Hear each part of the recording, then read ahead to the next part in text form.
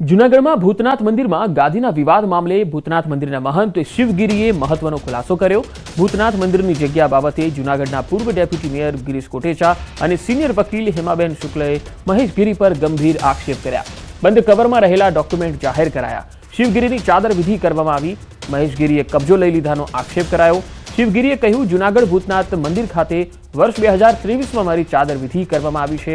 આ ચાદર વિધિ બાદ વિધિવત રીતે હું ત્યાં રહેતો અને બાપુની સેવા પૂજા કરતો હતો, પરંતુ મહેશ ગીરીએ 50થી વધુ લોકો સાથે આવી ગેરકાયદે મંદિર અને ગાદી પર કબજો જમાવી દીધો। તેમણે કહ્યું, મારું મોઢું બંધ કરી રહ્યો છું કારણ કે મને મહેશ ગીરી તરફથી જીવનનું જોખમ છે। તો બીજી તરફ સિનિયર વકીલ ડોક્ટર હેમાબેન શુક્લએ વસંતગીરીનું વસિયતનામું મીડિયા સમક્ષ ખોલ્યું અને કહ્યું, 500 રૂપિયાના સ્ટેમ્પ પેપર પર સોગંદનામું કરવામાં આવેલું હતું, જે નોટરી દ્વારા કરાયું હતું।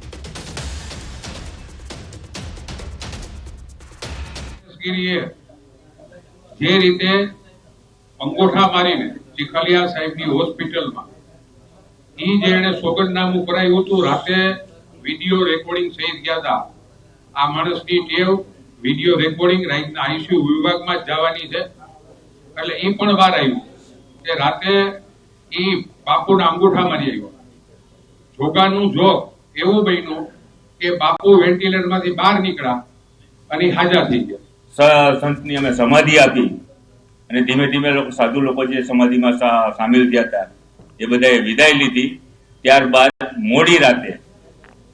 મોડી રાતે મહેશગીરીના જે સમર્થકો કહેવાય એવા લોકો 50 થી 60 લોકોએ આવી અને મંદિર ઉપર કબજો કાયદેસરનો ગેરકાયદેસરનો કે જે કયો એ કબજો જમાવી લીધેલો છે। આપની પાસે આવવાનું કારણ એ કે આ વિલ અને જે જબરજસ્તીથી ભૂતનાથની ગાદી લેવાઈ ગઈ એ અંગે મેં 24/12/24ના રોજ જુનાગઢ પોલીસને એસપીને એક એફઆઈઆર આપી। એ એફઆઈઆર મારી આજ સુધી લેવાણી નથી। તે પછી મેં 1/1/2005ના રોજ મુખ્ય સચિવ ગાંધીનગરને લેટર લખ્યો।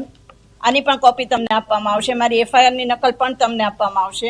જૂનાગઢનો એક વધુ વિવાદ સામે આવ્યો છે। અંબાજી મંદિર બાદ જે છે એ કહી શકાય કે જે ભૂતનાથ મંદિરનો પણ વિવાદ સામે આવ્યો છે। શું કહેશો ગિરીશભાઈ, ભૂતનાથ મંદિરનો શું વિવાદ? ભૂતનાથ મંદિરમાં જે રીતે મહેશગીરી ચડી બેઠો અને એ પણ આજથી ને 1.5-2 વર્ષ પહેલા એ વસંતગીરીના જે અંગૂઠા મારી આવ્યો હતો, આની માસ્ટરી એક જોઈ લો તમે, નથી કોઈની ઓપરેટિંગ સિસ્ટમ હોય। ગોકુલ હોસ્પિટલમાં પહેલા એણે વસંતગીરી બાપુના અંગૂઠા મારી આવ્યો હતો। બાપુ હાજા થઈ ગયા, એને એમ હતું કે મરી જાય। બાપુ હાજા થયા, 4 મહિના એ પછી જીવા હતા। આવીને એના સેવકો એમ કીધું કે બાપુ તમારા અંગૂઠા લઈ ગયા હતા રાતે ચીખલિયાની હોસ્પિટલમાંથી ને, એટલે બાપુએ આવીને બધાને ભેગા કર્યા કે ભાઈ મારે મારો ચેલો નીમીને જવું અને આને અહીંયા ગરવા પણ ન દેતા। એ પછી બાપુએ આખું વિલ તૈયાર કર્યું, એ આજ તમારી બધાની હાજરીમાં ખોલવામાં આવ્યું અને બાપુએ એમાં ચોખ્ખું લખ્યું છે કે મારા અગાઉના કોઈ પણ હોય કેન્સલ કરવાનું, હું મારો ચેલો શિવગીરીને બિહાડી। ખાસ તમે સંત સંમેલનની એક જાહેરાત કરવામાં આવી છે, ક્યારે બોલાવવામાં આવશે અને કેવી રીતના આખું આયોજન? બાપુ એક આયોજન, કારણ કે સૌરાષ્ટ્રના સંતોએ એની જગ્યાઓને જાગૃત કરી છે। આની જેમ અંગૂઠા મારવા વાળા નથી, આ તો પરપ્રાંતીય છે, આ નાસિકનો છે। પરપ્રાંતિની વાત કરીએ તો ક્યાંથી આવે? નાસિકનો છે અને નાસિકથી આવ્યું। એણે આખું ગિરનાર કબજે કરવું, જો એની લડાઈ જોઈ લો। જુનાગઢમાં આવ્યો પછી બધા સંતોને બાંધવાનું કરે, હું ગિરનાર અરે તું હું ચોખ્ખો કરવાનું, તું પોતે જ મેલો માણસ છો। આગામી 2 થી 3 મહિના દરમિયાન જે છે 2 મહિના બાદ સંત સંમેલન બોલાવવામાં આવી શકે છે। આ સંત સંમેલનમાં જે છે સૌરાષ્ટ્રના જેટલા પણ સંતો છે તે બધાને આમંત્રણ આપવામાં આવશે કેવું જે જાહેરાત કરવામાં આવી છે। તો સાથે સાથે મીડિયા સામે ભૂતનાથ મંદિરનું જે વિલ છે તે પણ ખોલવામાં આવ્યું હતું। હાર્દિક જોશી, ન્યૂઝ 18 ગુજરાતી, રાજકોટ। બનાસકાંઠાના વિભાજનનો જે મામલો હતો, જિલ્લાના આગેવાનો ગાંધીનગરમાં પ્રભારી મંત્રી બળવંતસિંહ રાજપૂત સાથે બેઠક કરવા પહોંચ્યા હતા। ધાનેરા તાલુકાને બનાસકાંઠામાં રાખવા માટેની રજૂઆત કરવામાં આવી। બનાસકાંઠાના વિભાજનને લઈને હવે ધાનેરામાં બેઠકો કરવા માટે આગેવાનો ગાંધીનગર પહોંચ્યા। ધાનેરાના પૂર્વ ધારાસભ્ય નાથા પટેલે નિવેદન આપ્યું, વિભાજનને અમે આવકારીએ છીએ, ધાનેરાની પ્રજા નવા જિલ્લામાં જવા સંમત નથી, ધાનેરાને બનાસકાંઠામાં રાખવામાં આવે। બનાસકાંઠા જિલ્લાનું વિભાજન થયું, એમને અમે એમની સાથે કોઈ અમને તકલીફ નથી। વિભાજનની જરૂર હતી અને બનાસકાંઠા જિલ્લાનું વિભાજન થયું, પણ અમારે ધાંધ્રા તાલુકાનો પ્રશ્ન છે કે ધાંધ્રા તાલુકાને જે થરાદ સાથે મૂકવામાં આવ્યું છે એમાં અમારી પ્રજા 80 થી 90% પ્રજા કોઈ સંમત નથી. ધાનેરાના ધારાસભ્ય માવજી દેસાઈએ પણ નિવેદન આપ્યું. સામાજિક તાણાવાણા બનાસકાંઠા સાથે જોડાયેલા છે. પ્રભારી મંત્રી યોગ્ય કરવાની ખાતરી આપી છે. જિલ્લાના આગેવાનોને વિશ્વાસમાં નથી લેવાયા. વાવ થરાદ તાલુકામાં જોડાવાથી પબ્લિકને ખૂબ હેરાનગતિ થાય, પબ્લિકને તકલીફ પડે એ બાબતથી તમામ માહિતીથી વાકેફ કર્યા છે અને મુખ્યમંત્રીશ્રીએ અને માન્ય મંત્રીશ્રીએ પણ ખાતરી પણ અમને આપી છે કે લોકોની જે માગણી છે એ લોકોની માગણીને અવગણીને કંઈ પણ નિર્ણય નહીં થાય. ધાનેરા તાલુકો નવાબ વખતથી એના તમામ તાણાવાણા પાલનપુર સાથે જોડાયેલા છે, બનાસકાંઠા સાથે છે અને એ ધાનેરા તાલુકાને ડિસ્ટર્બ ન કરે એ રિક્વેસ્ટ કરવા માટે આવ્યા હતા. માન્ય મંત્રી પ્રભારી મંત્રી શ્રી બળવંતશ્રીજીને મળ્યા છીએ અને માન્ય મુખ્યમંત્રીને પણ અમે મળીને વાત કરી છે. બનાસકાંઠા જિલ્લાના વિભાજન મામલે કંઈ ખુશી કંઈ ગમ જેવો ઘાટ સર્જાયો છે. ધાનેરા તાલુકાને થરાદ વાવ જિલ્લામાં સમાવેશ કરવાના મુદ્દે મળેલી બેઠકમાં પૂર્વ મંત્રી હરજીવન પટેલ પણ હાજર રહ્યા. તેમણે કહ્યું કે ધાનેરાના 90% લોકો થરાદ વાવ જિલ્લામાં સમાવિષ્ટ થવા રાજી છે, જ્યારે 10% લોકોનો નવા જિલ્લામાં જવા મુદ્દે વિરોધ છે. લગભગ 90% લોકોએ રજૂઆત કરી છે અમારે ધાનેરામાં રહેવું છે. 10% લોકો એવું કીધું છે કે મારે દૂર પડે છે અને એને બનાસકાંઠા જિલ્લામાં રહેવું છે. બાકી લગભગ દરેક ગામના પંચાયતના ઠરાવો પણ મંત્રીશ્રીને આપ્યા છે આપણે ભરતસિંહજીને. અમરેલીમાં લેટરકાંડ મામલે પૂર્વ સાંસદ હવે મેદાને આવ્યા છે. દીકરીનું સરઘસ કાઢવા મુદ્દે નારણ કાછડિયાનું નિવેદન. આ ખૂબ જ શરમજનક ઘટના છે. કોઈને સારા થવા અમરેલી પોલીસે કૃત્ય કર્યું. સમગ્ર સમાજનું માથું ઝૂકી જાય તેવી આ ઘટના છે. ગુનેગારોને કડક સજા થવી જોઈએ એવું પણ તેમણે કહ્યું. અમરેલી પોલીસે જે કોઈના ઈશારે જે કર્યું છે તે પોલીસ બેડા માટે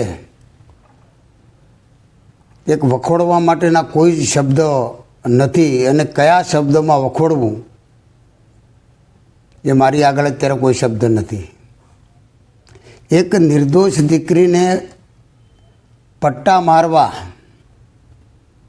અને અમરેલીની ભર બજારમાં સરઘસ કાઢવું અને અમરેલીની પોલીસ સમગ્ર પોલીસ વિભાગનું માથું શરમથી ઝૂકી જાય તેવું કૃત્ય જ્યારે કરે તે માફ કરવાને પણ લાયક નથી. દ્વારકા જિલ્લામાં ડીએપી બાદ હવે યુરિયા ખાતરની અછત સર્જાતા ખેડૂતો મુશ્કેલીમાં મુકાયા છે. ખંભાળિયા તાલુકામાં યુરિયા ખાતર માટે ખેડૂતો સવારથી લાઇનમાં લાગી રહ્યા છે. ખાતરનો પૂરતો સ્ટોક ન મળતો હોવાથી ખેડૂતોની મુશ્કેલીમાં વધારો થયો છે. ખેડૂતોનું કહેવું છે કે જ્યારે જરૂર હોય ત્યારે જ ખાતર ન મળે તો શું કરવું? યુરિયા જડતું નથી. આ લાઈનમાં ઉભા જો આ જોઈએ જડે નહીં, પછી ઘા ખાતું હોય શું કરવું? ખેડૂતને આ મોલ ટાણે ના દે તો કેદી આવે? ખંભાળિયા ધક્કા 4-5 દિવસ ખાઉં છું. ડીએપી યુરિયા કોઈ ખાતર મળતું નથી. મળે છે ન્યાય કોઈ પણ બાચકું ભેગું આપે અથવા નેનો ડીએપી ની બોટલ આપે અથવા યુરિયા આપે. યુરિયા મળતું જ નથી. આજ 1.5 મહિના થયા. જ્યાં આવી ત્યાં બંધ ને બંધ હોય અને કાં ગાડી અધરો દેવાય. હવે એમાં તકલીફ પડી. અત્યારે લાઈનમાં એ તો સવારથી 2 વાગ્યા લગી બેઠા છે અને ભેગી 2-3 થેલી એક બોટલ દઈએ છે. રાજ્યના કૃષિ મંત્રી રાઘવજી પટેલે જામનગર કલેક્ટર કચેરી ખાતે વિવિધ વિભાગના અધિકારીઓ સાથે સમીક્ષા બેઠક યોજી. કૃષિ મંત્રીએ લોકોની પ્રાથમિક જરૂરિયાતોના કામો પૂરા કરવા માટે અધિકારીઓનું ધ્યાન દોર્યું. રોડ રસ્તા, ગટર અને પાણીની સમસ્યાઓ લોકોને ન પડે તે માટે અધિકારીઓને સૂચન આપ્યું. તો ખેડૂતોના પ્રશ્નો અંગે પણ ચર્ચા કરાઈ. બેઠકમાં સિંચાઈ વિભાગ, પુરવઠા વિભાગ, પીજીવીસીએલ અને માર્ગ મકાન વિભાગની કામગીરી અંગે પણ માહિતી મેળવી જરૂરી સૂચનો કરવામાં આવ્યા. રસ્તાના કામો, સિંચાઈના કામો, ખેડૂતોને સૌની યોજનાનું પાણી મળી રહે અને શિયાળુ પિયત પૂરું પાકી જાય, એને કોઈ સિંચાઈ માટેની તકલીફ ન પડે એના માટે પણ ચર્ચા વિચારણા થઈ હતી અને હકારાત્મક વાતાવરણમાં આ મીટિંગ પૂરી થઈ હતી. પોરબંદરમાં રતનપર ગામ નજીક જંગલમાં આગ લાગી. ઝુરીના જંગલમાં બંને બાજુ વિકરાળ આગ ફાટી નીકળી હતી. ફાયર વિભાગની ટીમો ઘટના સ્થળે પહોંચી હતી. પોરબંદર સોમનાથ હાઈવે પર રસ્તો બંધ કરવામાં આવ્યો હતો. હજારો ચોરસ મીટરમાં આ આગ ફેલાઈ ગઈ હતી. જુરીના જંગલમાં વારંવાર આ પ્રકારે આગ લાગતી હોય છે.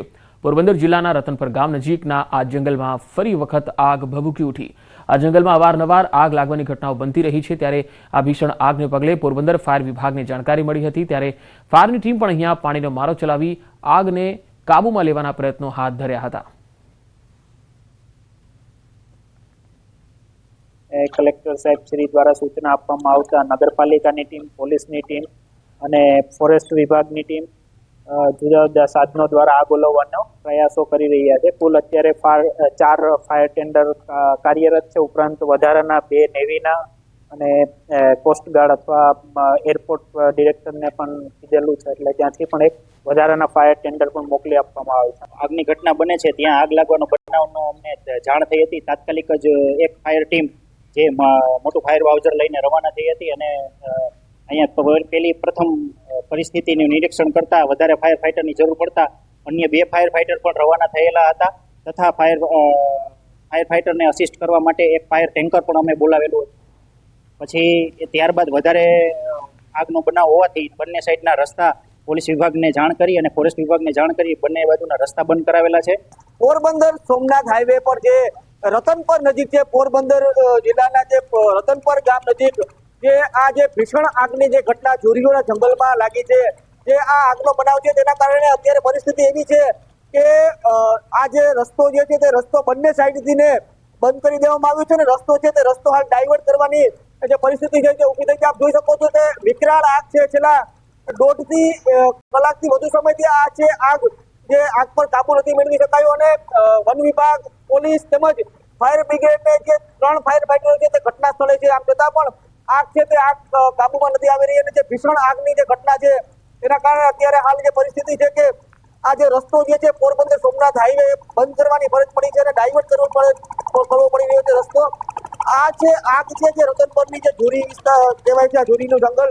જુરીના જંગલમાં છેલ્લા અઠવાડિયાથી ને 5 થી 6 વખત આગ છે તે આગ લાગી છે. ત્યારે આ આગ ક્યાં કારણોસર લાગી છે તેને લઈને પણ સવાલો છે. ત્યારે હાલ તો કહી શકાય કે પરિસ્થિતિ છે તે આગના કારણે વિકરાળ પરિસ્થિતિ અહીં જોવા મળી રહી છે. પ્રતિશ સિલ્લુ, ન્યૂઝ 18 ગુજરાતી, પોરબંદર. મહીસાગર જિલ્લાના પાંડરવાડા